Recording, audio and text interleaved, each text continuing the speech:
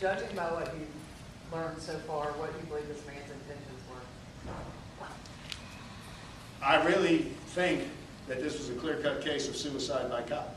I do not know why.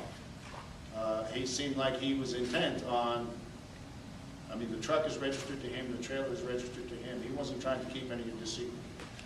He got out in a position where he was actively engaging, not just any building, it was the entire police department of the city.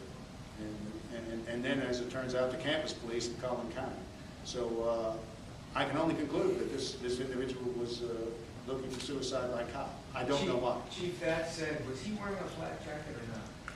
My understanding is he had the carrier on at this point, but that he didn't have any Kevlar in there. So he had a carrier on that looked like a bulletproof vest, where he was carrying his extra magazines, extra rounds of ammo with him. He had quite a few loaded magazines with him, and other weapons.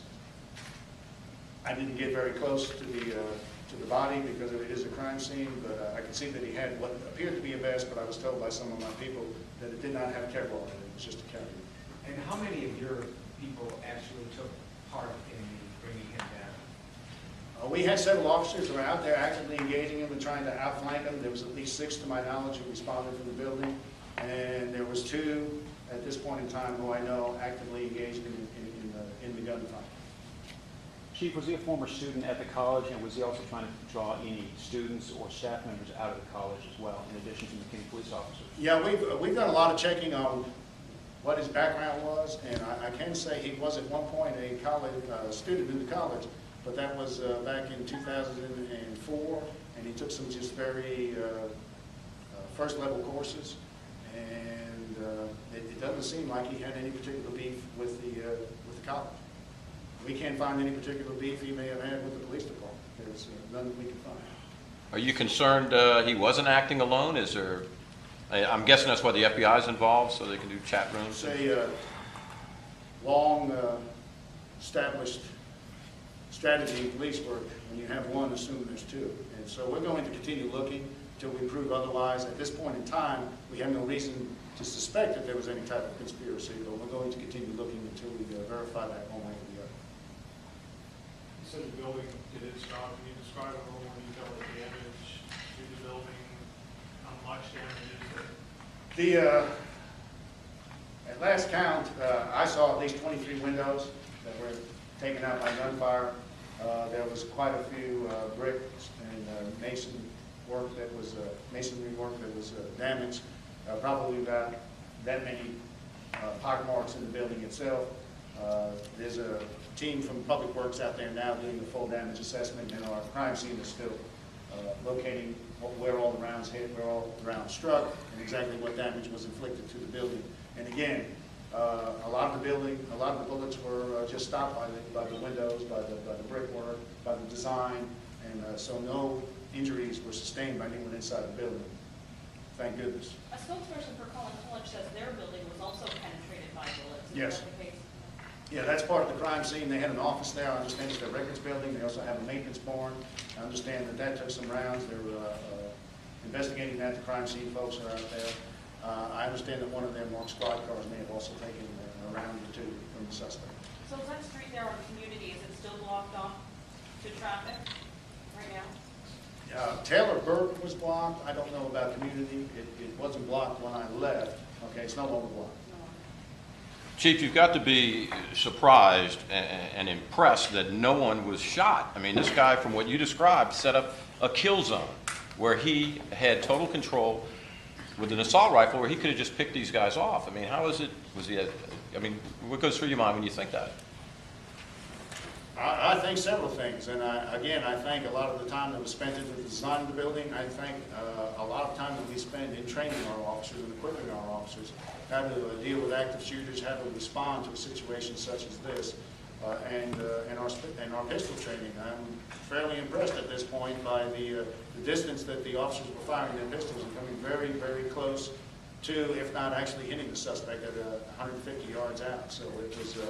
And their flanking maneuvers. They were doing what they had to do. They were containing the situation, and they were trying to protect the public safety of everybody, not just the building, This individual is now retreating into the college campus and towards the shopping center and into a tree line. So they did an outstanding job, in my opinion. I've heard of individual acts of heroism by both police officers and firefighters.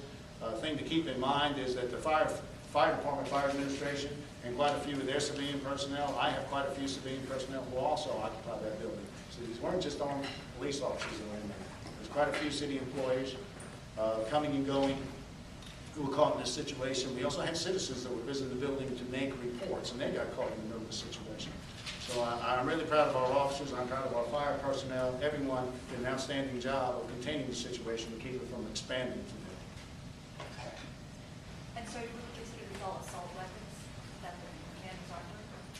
Assault weapons, you consider the term assault weapons? My understanding is he was on with a semi-automatic 223, probably an AR-15 style rifle. We call it an assault weapon. There's other people who would want to debate that with me, but I'll call it an assault. Are you delaying the release of his name for next of kin reasons? My understanding is next of kin has been notified, but I think we have it in a press release that's going to be released here shortly. Unless there's any reason I can't release it right now. Oh, that's a Is good it? Okay. Well, then I'll confirm that the individual's name is Patrick Gray Sharp. He's a white male, 29 years old. So any key on the end? No, SHR? no. I think it's just S-H-A-R-P. You said that again, Chief, and spell it for us? Patrick, middle name Gray, last name Sharp. It's gray. S-H-A-R-P. Gray, and my knowledge is G-R-A-Y. And can you tell us where in Collin County he resided? Outside the city of Anna. And do you know his history here in the community? Has he lived here for a long time? Did he go to high school here?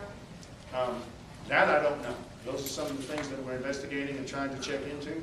I know he didn't spend his entire life in Collin County by some of the things that we have found out at this point. But I have time for one more question. What's next? What's next? Well, we're going to continue the investigation, and we're going to determine if there's anyone else that would know anything about what his motivation is. Again, that is that's something we really want to know. This doesn't make any sense to any of us. The act is completely senseless that we know.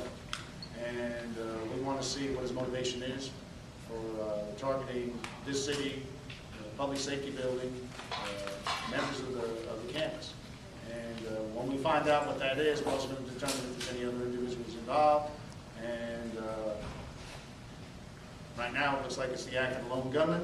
But if it's not that, there'll be additional charges filed with that. Thank you all for your cooperation. There will be a press release later on. If you have any other questions or inquiries, please notify our public information officer, and they'll get back to you with information. No, thank you very much.